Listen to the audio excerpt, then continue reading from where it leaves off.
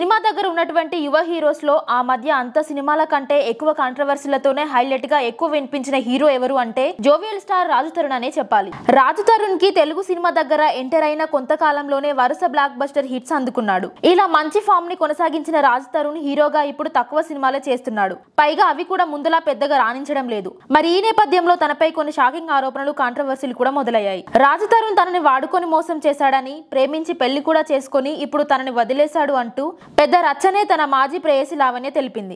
ఇక ఆ తర్వాత కూడా మరిన్ని ట్విస్టులు టర్నింగ్లలో మంచి రసవత్తరంగా వీరి నడుమ వారు నడిచింది.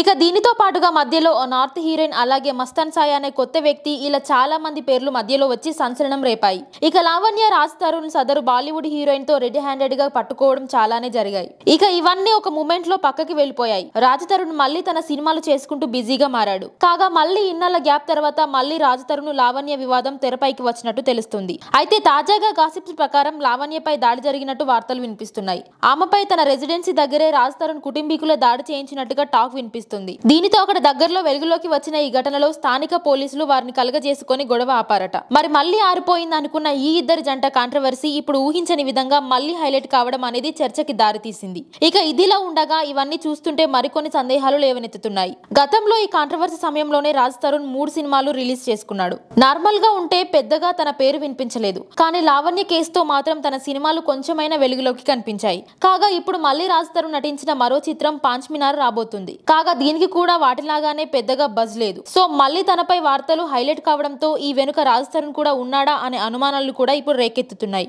మరి చూడాలి వీరి వివాదం ఎక్కడి వరకు వెళ్తుందో.